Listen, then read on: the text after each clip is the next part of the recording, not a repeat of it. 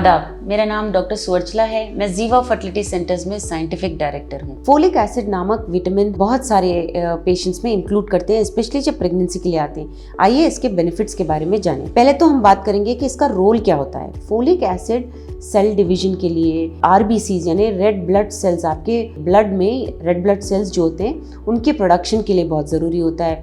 DNA के maintenance के लिए, प्रोडक्शन के लिए, उसके अच्छे परफॉर्मेंस के लिए भी फोलिक एसिड का महत्वपूर्ण रोल देखा गया है। ये ही नहीं, एनीमिया में जब रक्त कम हो जाता है कई लोगों में फोलिक एसिड का रोल देखा गया है। ये देखा गया है कि जब फोलिक एसिड कम होता है, एनीमिया का शिकार भी होने के चांसेस ज़्यादा होते हैं। तो आज हम पुरुषों में और महिलाओं में इसके बेनिफिट्स के बारे में देखेंगे और देखेंगे कि क्या खाने से फोलिक एसिड आपको नेचुरली भी मिल सकता है और इसका डोज और फ्रीक्वेंसी कैसे डिसाइड किया जाता है। तो पहले तो ये जान लीजिए कि जब कोई भी औरत प्रेगनेंसी के लिए ट्राई कर रही है, उसे फोलिक एसिड लेना बहुत ही आवश्यक होता है, क्योंकि जो बच्चा पेट में होता है उसमें न्यूरल ट्यूब डिफेक्ट्स नहीं होने के चांसेस ज़्यादा होते हैं अगर आप फोलिक एसिड लेंगे।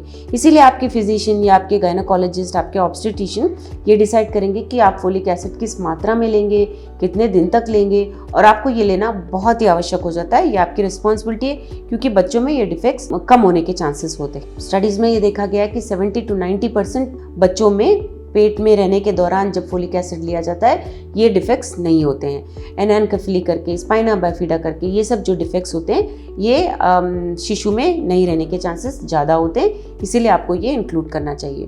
तो कब इंक्लूड करना चाहिए? तो यूजुअली क्या होता है, जब आप प्रेगनेंसी प्लान कर रहे होते हैं तभी से आप अगर फोलिक एसिड ले तो बहुत अच्छा होता है। और ये देखा गया है कि प्रेगनेंसी के बाद 12 हफ्ते तक भी ये सप्लीमेंट दिया जाता है, कभी कभी तो ये पूरे प्रेगनेंसी के दौरान दिया जाता है। तो इसका ड्यूरेशन, इसको कब स्टार्ट करना है, कितने दिन लेना है, इसका डोसेज क्या है, ये आपको हमेशा अपने फिजिशियन या गायनोकोलॉजिस्ट से बात करके डिसाइड करना चाहिए।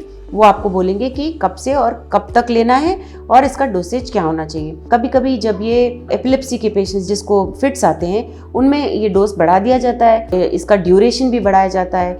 डॉक्टर्स ये डिसाइड करते हैं कि आपको कब तक ये दवाई लेना आवश्यक हो जाता है। तो हमेशा जब प्रेगनेंसी प्लान कर रहे हो, आप फोलिक एसिड अवश्य अपने डाइट में या सप्लीमेंट की तरह जरूर लीजिएगा। तो आइए देखते हैं पुरुषों में इसका क्या रोल है।